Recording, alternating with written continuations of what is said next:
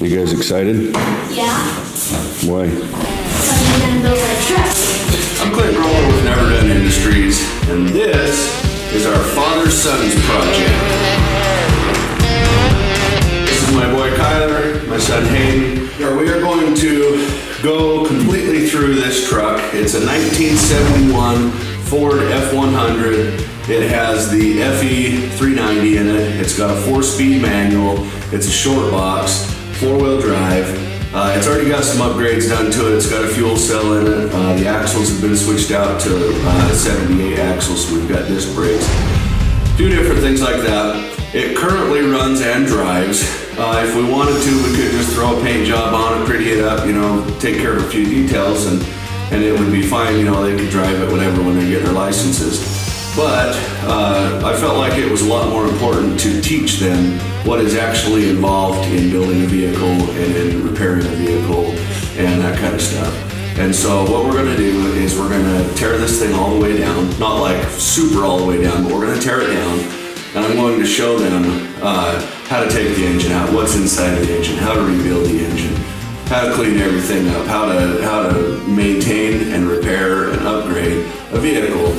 I'm going to show them how to do body work, metal work, all that kind of stuff. And I'm not an expert on all of those things, but I am open to learn, and we'd like to invite you guys to follow us along on the journey of this build, and hopefully you guys will be able to get some good information out of it, or just some enjoyment. So here we go. All right, buddy, so we're going to take both of these bolts off. And we're going to take the hood off, so go ahead and take that top one off. One down. Okay, Tyler, you're up. Get yours out. Now you need to be hanging on to it, because once that one comes off, this whole side is going to be loose. We're not pushing it up, we're just hanging on to it, okay? It's going to try to slide down that way a little bit, and it's going to be floppy. Stick your head under there and look at it, and you can see what you're doing. Feel it sliding? There, got it. Got it? Okay. Now, look. Come down easy. We're going to watch the other one. Okay, now it's trying to close on us. You're going to hang on to that. You're going to hang on to that. Okay, you're gonna hang on up there. Okay. Got her? Yeah. Okay, Dad's gonna go and do the other side. Ow. One. Ow. Because I'm Dad.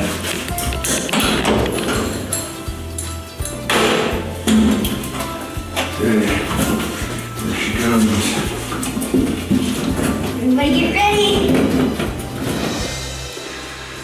All right, now that we have the hood off, this is a very good time for me to give you guys an extremely valuable tip. You guys better be listening to this. Every single nut and bolt you take off needs to go back on in the same place. Once you're replacing it, then it can go in the garbage. How do we do that? How do we keep track of them? Sandwich bags and markers. And you gotta have the different sizes. We just get the cheap ones. We've got gallon bags, we've got quart bags, and we have regular sandwich bags. And the way that it works is you take the hood bolts off, you put them in a bag that says hood bolts, put them in a box. And that way when it comes time to put the hood back on, we go through the box, we find the bag that says hood bolts. All the right bolts are in there. We're not losing them, we're not kicking them around, we're not searching for them everywhere, and we're in this thing a couple bucks. So, tip number one. Alright, so here's another tip for you guys. Anytime that you're going to unplug some kind of an electrical connection, here we've got the windshield washer reservoir, the little wiring for the pump that's inside of it. We've also got, you can see we got the grill pulled off. We've got the headlight wiring here. Now, a really, really, really good idea when you get to this point, if you're not super familiar with where all these things go, you hold on to that, buddy, is to get some blue painter's tape. And you take a little piece of tape, longer than what you need. You stick it on there, and then you write what it is. So we're gonna write windshield washer pump plug-in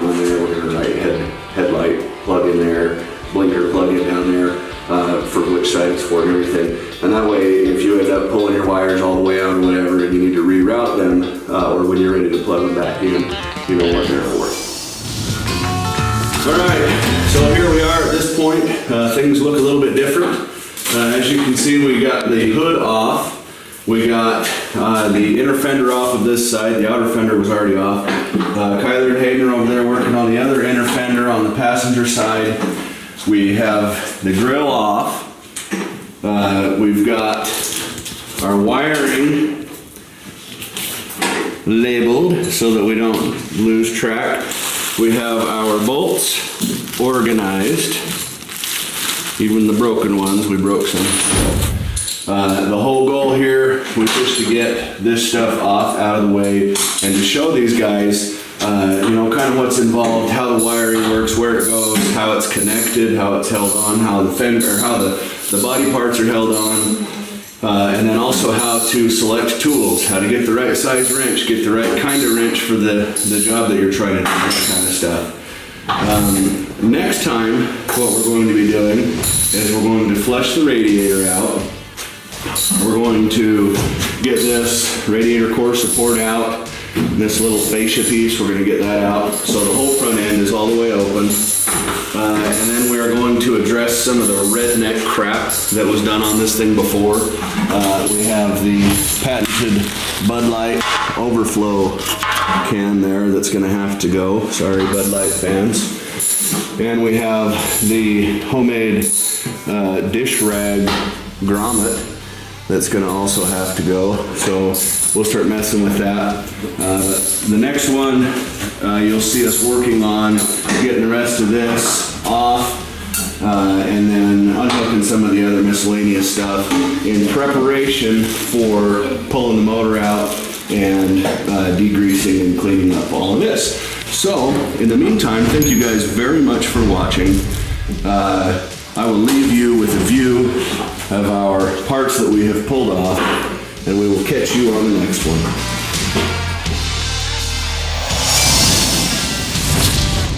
See something you ain't seen before. Got a flame job, right on line, right on the floor. Got a built 460 and it's supercharged. 12 inches of lift, large and in charge. Keep my cowboy hat tilted to the side. Country thug giving him a hell of a ride. Now you see me fly by, got the 44 spinning, mud flipping, cow tipping, country dipping. My hoopty is a big old truck with a gun rack, so I don't get stuck. I'm pimping on my bare rug, keep on living like a country thug.